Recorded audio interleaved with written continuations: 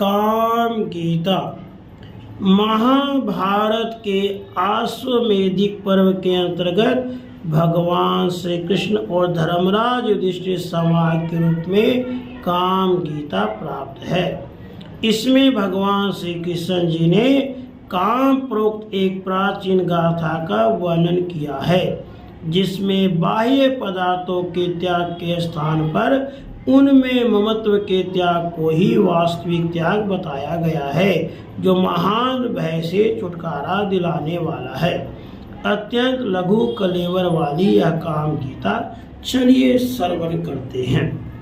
भगवान श्री कृष्ण जी कहते हैं, हे भारत, केवल राज्य आदि बाह्य पदार्थों का त्याग करने से ही सिद्धि प्राप्त नहीं होती, शारीरिक द्रव्य का त्याग करके भी सिद्धि प्राप्त होती है अथवा नहीं भी होती है। बाह्य पदार्थों से अलग होकर भी जो शारीरिक सुख विलास में आसक्त हैं, उसे जिस धर्म और सुख की प्राप्ति होती है, वह तुम्हारे साथ द्वेष करने वालों को ही प्राप्त हो। मम मेरा ये दो अक्षर ही मृत्यु रूप है, न मम मेरा नहीं है। यह तीन अक्षरों का पद सनातन ब्रह्म की प्राप्ति का कारण है। ममता मृत्यु है और उसका त्याग सनातन अमृत तत्व है। राजन, इस प्रकार मृत्यु और अमृत दोनों अपने भीतर ही स्थित है।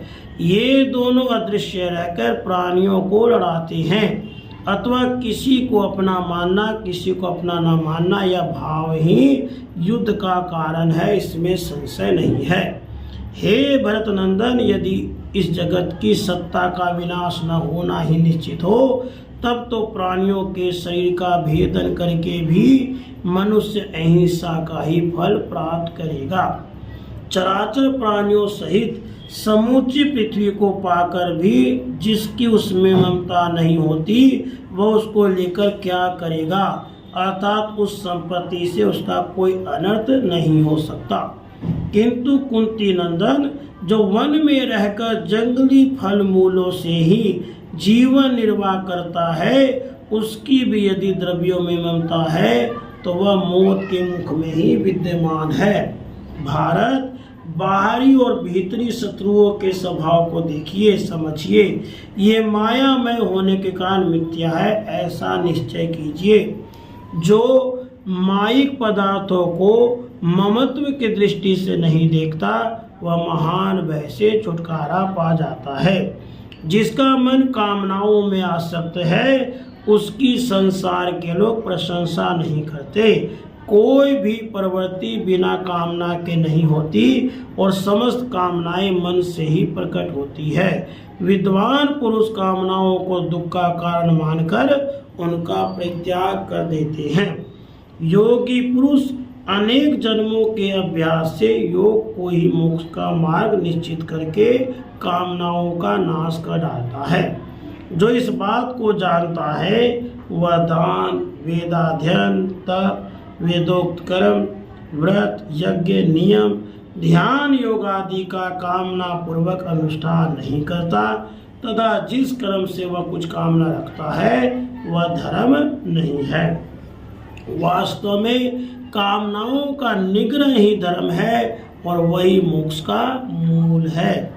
युधिष्ठिर, इस विषय में प्राचीन बातों के जानकार विद्वान एक पुरातन गाथा का वर्णन किया करते हैं, जो काम गीता कहलाती है। उसे मैं आपको सुनाता हूँ, सुनिए। काम का कहना है कि कोई भी प्राणी वास्तविक उपाय, निर्ममता और योगाभ्यास का आश्रय लिए बिना मेरा नाश नहीं कर सकता। जो मनुष्य अपने से शस्त्र बल की अधिकता का अनुभव करके मुझे नष्ट करने का प्रयत्न करता है, उसके उस शस्त्र बल से मैं अभिमान रूप से पुनः प्रकट हो जाता हूँ।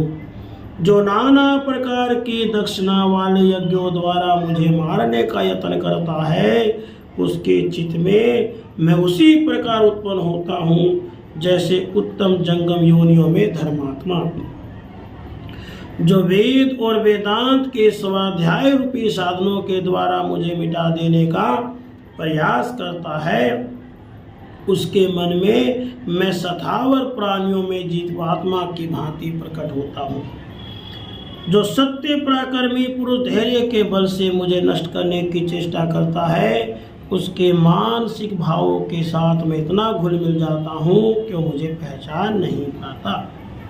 जो कठोर व्रत का पालन करने वाला मनुष्य तपस्या के द्वारा मेरे अस्तित्व को मिटा डालने का प्रयास करता है, मैं उसकी तपस्या में ही प्रकट हो जाता हूँ। जो विद्वान पुरुष मोक्ष का सहारा लेकर मेरे विनाश का प्रयत्न करता है, उसकी जो मोक्ष विषयक आसक्ति है उसी से वह बंधा हुआ है। यह विचार कर मुझे उस पर हंसी आती है और मैं खुशी के मारे नाचने लगता हूँ। एकमात्र मैं ही समस्त प्राणियों के लिए अवध्य एवं सदा रहने वाला हूँ। अतः महाराज, आप भी नाना प्रकार के दक्षिणा वाले यज्ञों द्वारा अपने उस कामना को धर्म में लगा दीजिए, वही आपकी वह कामना सफल होगी। विधि परवा दक्षिणा देकर आप अश्वमेध का तथा पर्याप्त दक्षिणा वाले अन्य समृद्धिशाली यज्ञों का अनुष्ठान कीजिए। अपने मारे गए भाई बंधुओं को बारंबार याद करके आपके मन में व्यथा नहीं होनी चाहिए।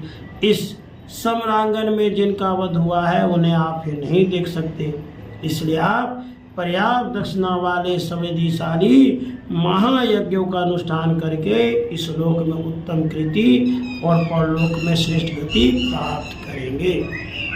इति श्री महाभारते आश्वमेधिके पर्वणि कृष्ण धर्मराजे संवादे काम गीता संपूर्णा। राधे कृष्ण, राधे कृष्ण।